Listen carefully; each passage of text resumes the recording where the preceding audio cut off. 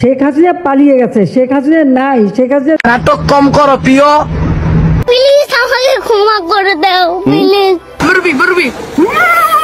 এবছর সফল গণঅভ্যুত্থান সহ বিভিন্ন ঘটনার সাক্ষী হয়েছে দেশের মানুষ, যার মধ্যে কিছু ঘটনা মানুষের বিনোদনের খোরাক হয়েছে, এমনকি সাধারণ মানুষের মুখে মুখে শোনা গেছে সেই ডায়লগ। তাই আজকের ভিডিওতে থাকছে বছর জুড়ে ভাইরাল সেই ডায়লগগুলো।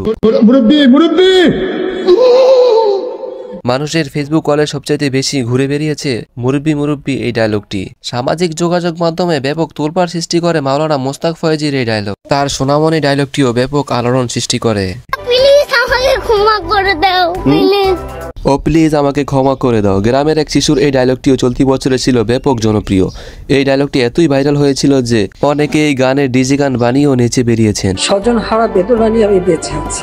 স্বজন হারানোর বেদনা, স্বজন হারানোর যে কত বেদনা সেটা আমার থেকে বেশি কেউ জানে না। সাবেক প্রধানমন্ত্রী শেখ হাসিনার এই ডায়লগটি আলোচনায় ছিল সারা বছর। শেখ হাসিনা পালায় না, আন্দোলনের তুপের মুখে পড়ে তিনি যখন দেশ ছেড়ে পালিয়ে যায় তখন সামাজিক মাধ্যমে জনপ্রিয় হয়ে ওঠে শেখ হাসিনার পালায় না ডায়লগটি। পালাবো না, কোথায় পালাবো?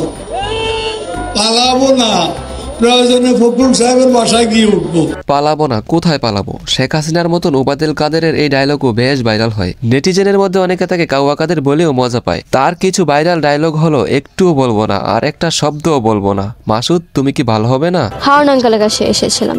হাউন আঙ্কেল। একটি সাক্ষাৎকার দেওয়ার সময় জনপ্রিয় তারকা লুবাবার এই ডায়লগটি সামাজিক যোগাযোগ মাধ্যমে ব্যাপক ভাইরাল হয়। ডিবি প্রধান হারুনকে তিনি হাউন উচ্চারণ করায় নেটপাড়ায় ব্যাপক ট্রলের শিকার হয় এই শিশু তারকা। এছাড়াও 2023 সালে তার কেন্দ্রে দিয়েছি ডায়লগটি নেটপাড়ায় ব্যাপক ভাইরাল হয়েছিল। Nice and attractive. দেশের 22তম রাষ্ট্রপতি মোহাম্মদ শাহাবুদ্দিন চলতি বছরে সোশ্যাল মিডিয়ার এফবিতে সাংবাদিক ও গায়িকা নবনীতা চৌধুরীর একটি ছবির নিচে নাইস অ্যান্ড অ্যাট্রাকটিভ লিখেন। এরপর থেকেই দেশের ফেসবুক ব্যবহারকারীরা ছবির কমেন্টে এবং কথাবার্তার মাঝখানে ব্যবহার করতে শুরু করেন রাষ্ট্রপতির এই ডায়লগ। আমার সাথে রাবিশ কথা বলবেন না, আমি দেখেছি। উত্তেজিত হবে,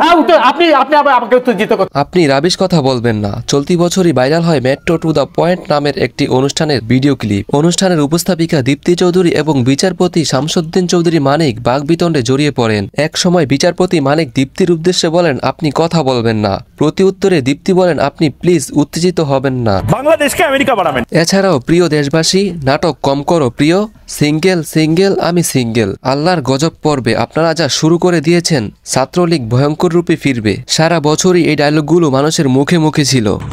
বাংলাদেশ থাকবে না, থাকবে না বাংলাদেশ। সবশেষ যুক্ত হয় রিপাবলিক বাংলার উপস্থাপক ময়ূখ রঞ্জন ঘোষের থাকবে না বাংলাদেশ থাকবে না ডায়লগটি। মোহাম্মদ ইয়াসিন আলিফ, বিডি ফান হাউস 24।